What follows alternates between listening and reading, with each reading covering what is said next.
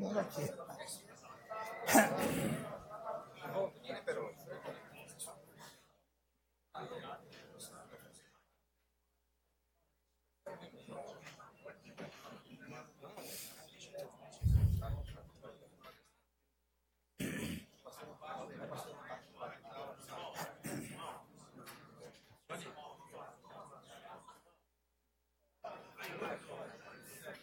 Tá bom.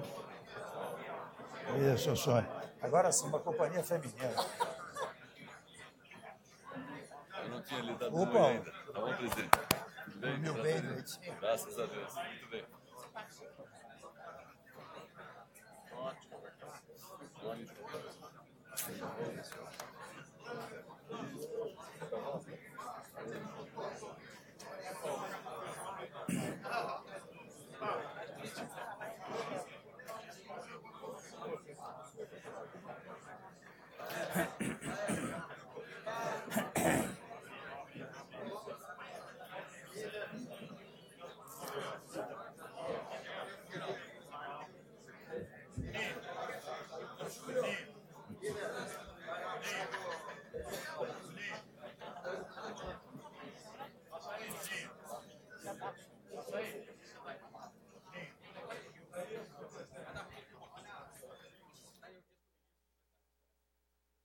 Olha, se eu fosse presidente da Câmara dos Deputados, eu faria uma sessão, porque temos quórum, não é?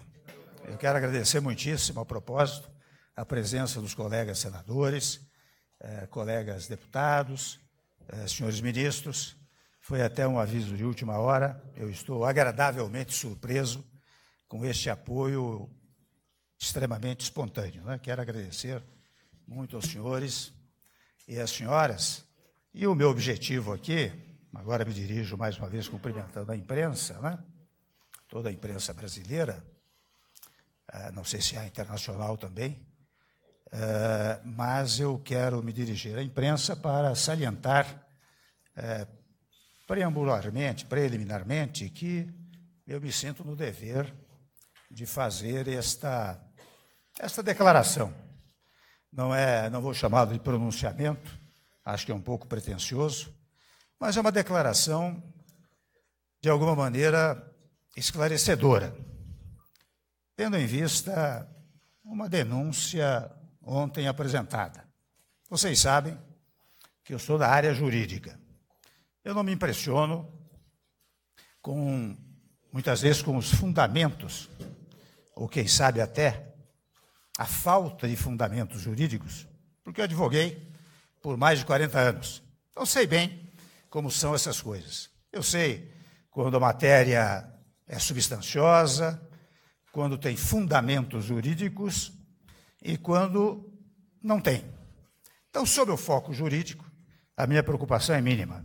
É claro que eu aguardarei, com toda tranquilidade, uma decisão do judiciário.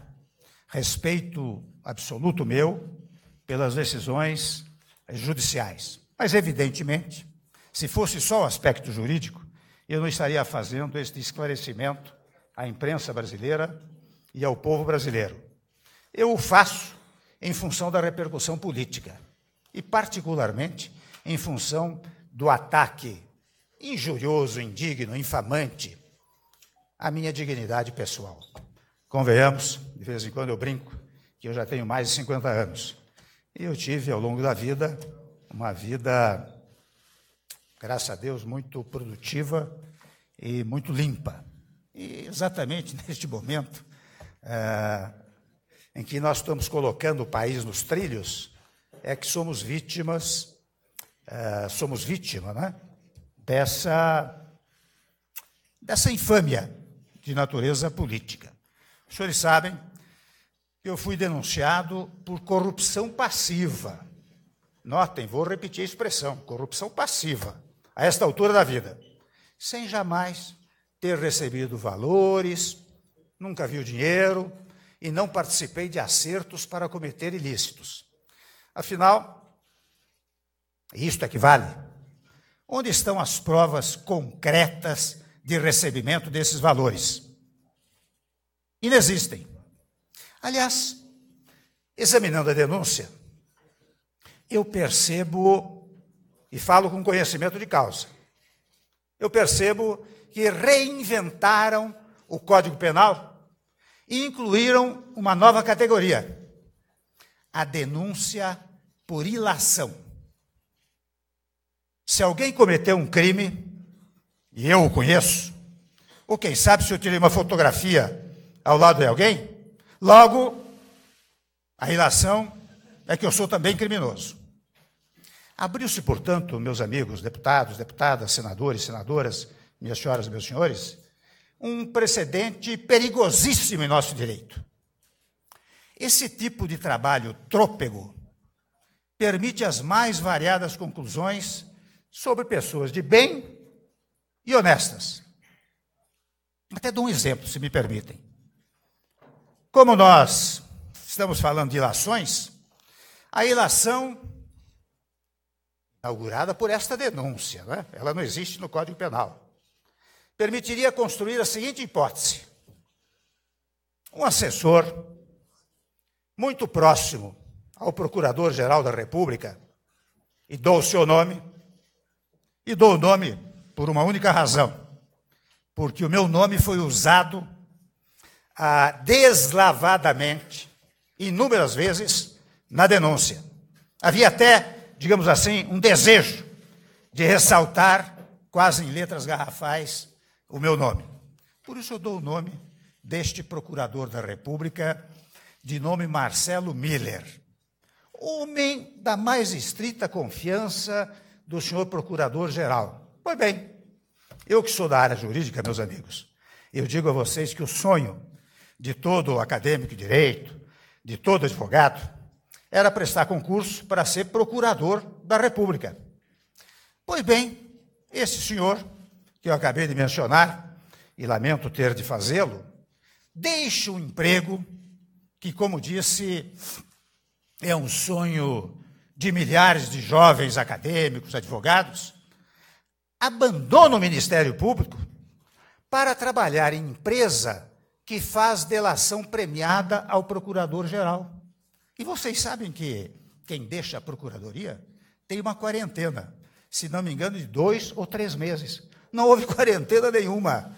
O cidadão saiu e já foi trabalhar, depois de procurar a empresa para oferecer serviços, foi trabalhar para esta empresa e ganhou, na verdade, milhões em poucos meses, o que talvez levaria décadas para poupar.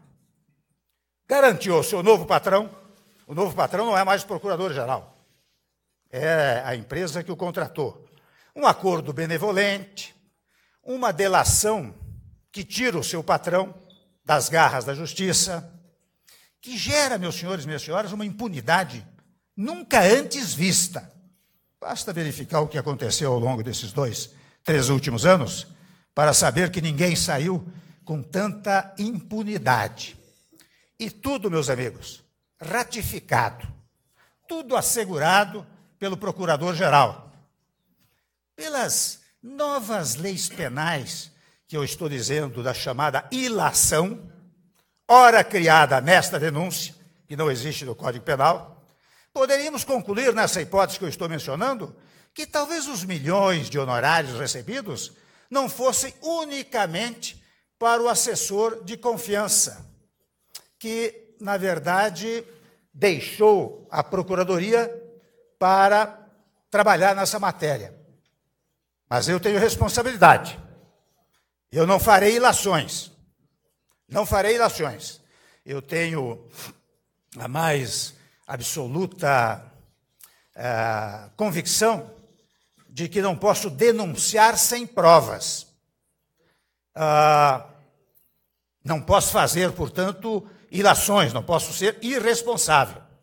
E no caso do senhor grampeador, o desespero de se safar da cadeia moveu a ele e seus capangas para, na sequência, haver homologação de uma delação e distribuir o prêmio da impunidade.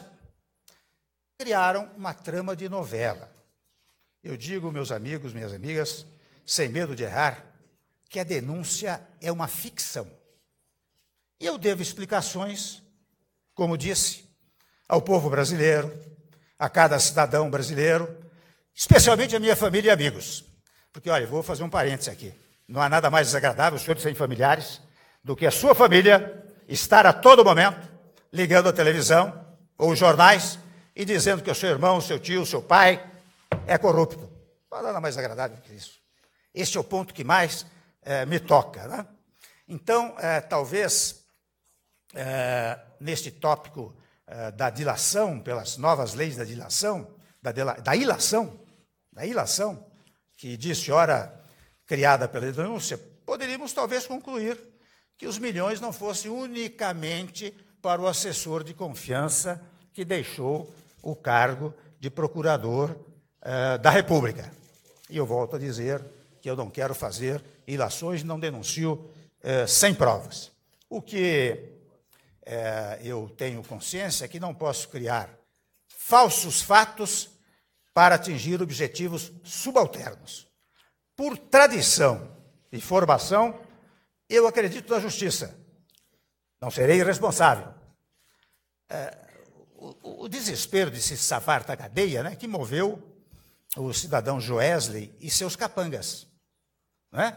Foi isto que fez com que se houvesse a homologação de uma delação e a distribuição de um prêmio de impunidade. Eu volto a dizer que a denúncia é uma ficção, volto a sustentar que eu devo essas explicações, por isso estou insistindo nelas, talvez esteja sendo um pouco longo, e tentaram imputar a mim, como sabem, um ato criminoso, e não conseguirão, porque ele não existe jurídica e politicamente. Mas exatamente quem deveria estar na cadeia está solto para voar a Nova York ou Pequim, ainda voltar para cá e criar uma nova história, já que a coluna inicial, referente à gravação, começou a ser questionada, então disseram, vamos trazê-lo de novo por uma nova história que ele venha contar. E ele foi trazido, até de chapeuzinho, interessante, ele veio de boné, né, para se disfarçar. Nós não precisamos andar de boné, não temos o que disfarçar. E eles conseguiram isso, né, o delator, porque foram preparados, treinados, prova armada, conversas induzidas. Eu sei, para enfrentar o tema, que criticam-me por ter recebido tarde da noite em minha casa o empresário Joesley. Eu recebi, sim. Naquela oportunidade, o maior produtor de proteína animal do país, se não do mundo. Do mundo. Interessante que eu descobri o verdadeiro Joesley, o bandido, confesso, junto com todos os brasileiros, quando ele revelou os crimes que cometeu ao Ministério Público, sem nenhuma punição. Quero lembrar que o fruto dessa conversa é uma prova ilícita, inválida para a justiça. Basta até dizer aos senhores e senhoras, quem deitar os olhos sobre a Constituição, eu recomendo a leitura do artigo 5º, inciso 56, onde está dito expressamente como direito fundamental que não se podem admitir provas ilícitas. Ora bem, essa gravação foi questionada por um jornal, 2 jornais, 3 jornais, pelo perito que eu coloquei, e agora mesmo, na pesquisa feita seriamente pela Polícia Federal, pelo seu Instituto de Criminalística, está dito que há cerca de 120 interrupções, não é? O que torna a prova inteiramente ilícita. E não fosse isso, a verdade é que quem lê a degravação, quando querem me imputar a ideia de que eu mandei pagar isso, mandei pagar aquilo, ao contrário, o que está dito na sequência de uma frase que o cidadão diz que é amigo de um ex-deputado, mantém boa amizade, eu digo mantenha isso, pois a conexão que se pretendeu fazer, daí a ilação, essa nova teoria do direito penal, que os alunos da Faculdade de Direito vão ficar de cabelos em pé quando souberem dessa nova teoria. Não é? Disseram que não. Quando eu disse isso, eu estava mandando pagar. E, aliás, o próprio ex-deputado, no dia seguinte, publicou uma carta desmentindo e depois, em depoimento, desmentiu. Pois são esses fatos que me assustam, porque as regras mais básicas da Constituição não podem ser esquecidas, jogadas no lixo. tripudiadas pela embriaguez da denúncia que busca a revanche, a destruição e a vingança. E ainda, vejam bem, vou dizer aos senhores, ainda se fatiam as denúncias para provocar fatos semanais contra o governo. Querem parar o país, parar o Congresso, num ato político com denúncias frágeis e precárias. Atingem a presidência da República. Não é uma coisa qualquer. Quando se vai atacar a presidência da República, uma instituição, é preciso tomar todas as cautelas, é preciso ter provas robustas, provas comprovadas. Aliás, a denúncia não pode vir por ilação. Deverá vir porque houve uma coleta de provas que não pode induzir a ideia de que possa ter um crime, mas tem que ter prova concreta de que houve o crime. Portanto, o que há é um atentado contra, na verdade, contra o nosso país. Sabem os senhores, eu sou o responsável por todos os atos administrativos do meu governo. Não foi sem razão, embora estando há um ano apenas, nós trabalhamos pela queda da inflação, pela redução dos juros, pela geração de empregos, pelas reformas estruturantes, pela liberação do Fundo de Garantia para milhões de brasileiros e pelo fim da recessão. Falo hoje em defesa da instituição Presidência da República e mais, talvez, na defesa da minha honra pessoal.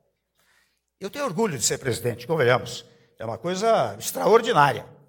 Para mim, é algo tocante. É algo que, não sei como Deus me colocou aqui, não é? Dando-me uma tarefa difícil, mas certamente para que eu pudesse cumpri-la. Portanto, tenho honra de ser presidente, especialmente, não porque sou presidente apenas, Jorge, mas é pelos avanços que o meu governo praticou. E não permitirei que me acuse de crimes que jamais cometi. Minha disposição é continuar a trabalhar pelo Brasil, para gerar crescimento e emprego, para continuar as reformas fundamentais, como a trabalhista, a previdenciária, como já fizemos com o teto de gastos, como já fizemos com o ensino médio, como já fizemos com as estatais, como já fizemos com o petróleo. Portanto, eu não fugirei das batalhas, nem da guerra que temos pela frente. A minha disposição não diminuirá com ataques irresponsáveis. A instituição Presidência da República, não quero ataques a ela, e muito menos ao homem Michel Temer. Não me falta coragem para seguir na reconstrução do país e, convenhamos, na defesa da minha dignidade pessoal. Muito obrigado a vocês.